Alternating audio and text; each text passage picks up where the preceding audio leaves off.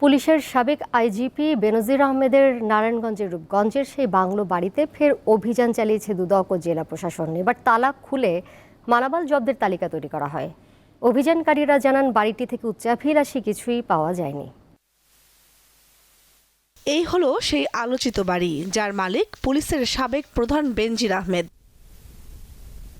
রূপগঞ্জের গুতিয়াবো এলাকার আনন্দ হাউজিং এর এই বাড়িতে বুধবার দুপুর 1টা থেকে টানা 4 ঘন্টা অভিযান চালান নারায়ণগঞ্জ জেলা প্রশাসন ও দুদকের কর্মকর্তারা।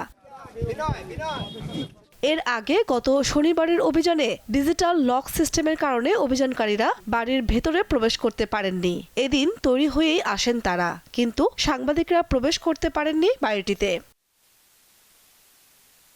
দুদকের কর্মকর্তারা জানান, ডিজিটাল লক থাকায় ম্যাজিস্ট্রেটের উপস্থিতিতে তালা খোলা হয়। বিজ্ঞ আদালতের নির্দেশনা মোতাবেক রিসিভার জেলা প্রশাসক মহোদয়ের কাজে পর্যবেক্ষণ এবং সহায়তা করার জন্য যে ধরনের আদেশ ছিল, সেটা আমরা সেভাবে সহায়তা এবং পর্যবেক্ষণ করেছি। কি পাওয়া গেল তার তালিকা তৈরি করা হয়েছে। এই তালিকাগুলোয় অনেক সাক্ষী আছে, ইনভেন্টরি, আদার্স যে ফর্মুলা আছে, রুলস রেগুলেশন, সেগুলো মেনটেন করে করা হয়েছে। অনুসন্ধানটা বর্তমানে চলমান রয়েছে প্রধান কার্যালয় থেকে, দুদক প্রধান কার্যালয় থেকে। আদালতের নির্দেশে মালামাল জব্দের একটি তালিকা করা হয়।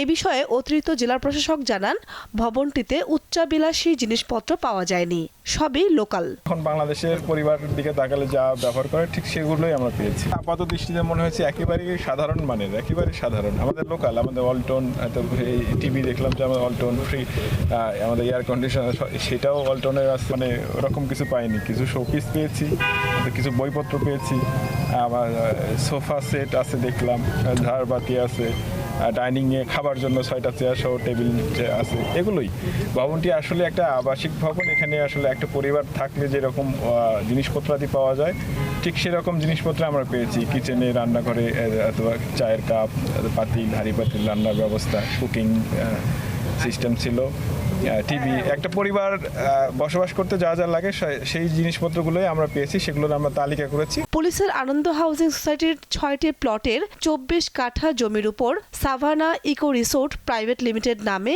এই বাড়িটি নির্মাণ করা হয়। চারপাশে কাঁটাতার সহ সীমানা দেয়াল দেয়া রিসোর্টের ভেতরে রয়েছে একটি বিলাসবহুল ডুপ্লেক্স বাড়ি।